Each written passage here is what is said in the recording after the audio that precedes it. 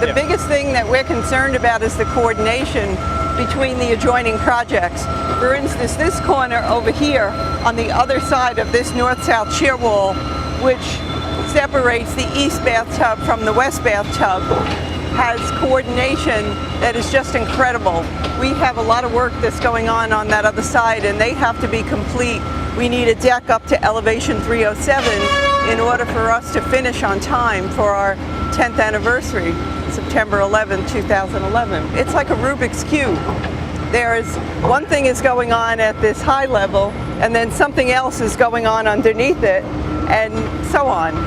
Right now, our critical path is to start steel. Steel will bring this entire pole up to street level. So how do you do that? I mean, you do that by making sure that this particular wall, for example, which is called a shear wall, which is being done by the Port Authority, gets done by a certain point, so it takes our steel. This wall is going to carry the load of our steel. We're putting about 9,000 tons of steel into the project. About 80% of all the steel is from the United States. 100% of the steel will be fabricated in the United States. They're very large columns. The ones today are 25 feet long, about 7,700 pounds. They're big, they're heavy columns, and they're going to be big enough to support the weight of the Memorial Plaza itself. What we're seeing today is not a ceremonial start. It's real construction work. It's going to be continuous, and this steel package is necessary in order to open the memorial by the 10th anniversary, and I think that is what the public should expect and what we hope to deliver.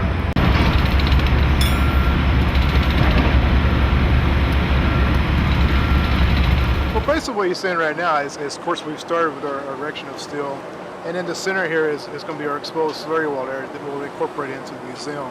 Basically what you're seeing there, at the very top is the far northeast corner of the pool. The top where the steel comes together at, that's the northeast corner of the north pool. The level you see it below is the bottom of the fountain, and we're still from that level going up about another 8 feet.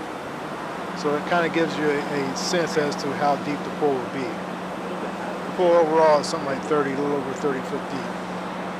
So we still got another set of, above that is our concrete, what we call our concrete weir. And that's where all we're piping that feeds the pool will go in that concrete weir. So above there will just be concrete all the way up to the like the 314 level.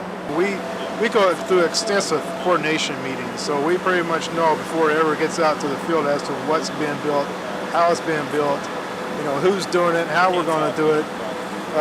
There is a lot of coordination between us and Port Authority and us and the contractors. So we were working on something. You got to move this duct a little bit in that. Right. We got to look at this. I might have to elbow flat, and then jump up over here to get around you. All you got to do is drop this sucker to top 17 feet. Okay. Where's the wall? Okay, this is the Here. wall. Oh, this was back over here. Right. So Mike can keep his duct down low, and the electrician can get over here. Then we come out of here with this same hole. This was just, sleeve. I don't know what he did.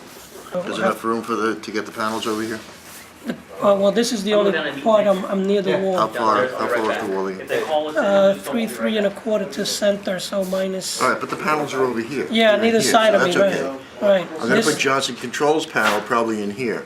Yeah, he could put one panel here. See if it's Well, between there's a this. panel right there, and there's a panel right yeah. here. Where is my Got tank these- now goes?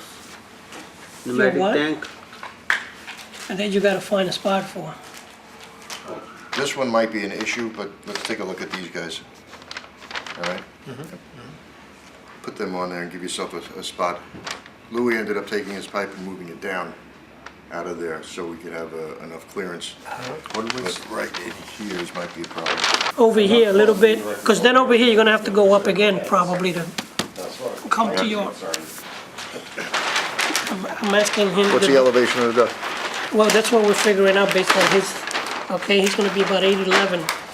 Are we changing the elevation of that? Yeah, all Bringing over. that up? Yeah, Squaring it up? Yeah, we're gonna see if we can move away from the wall. We're at a point now where we're starting to erect the pavilion steel, and inside the pavilion steel area was going to be the tridents.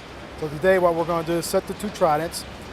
First thing we're going to do, we already have the two lower sections of the trident set. Now we'll set a sleeve on top of there and then set the upper sections, which has the forks on it. So that's our plan today, is to get both tridents erected.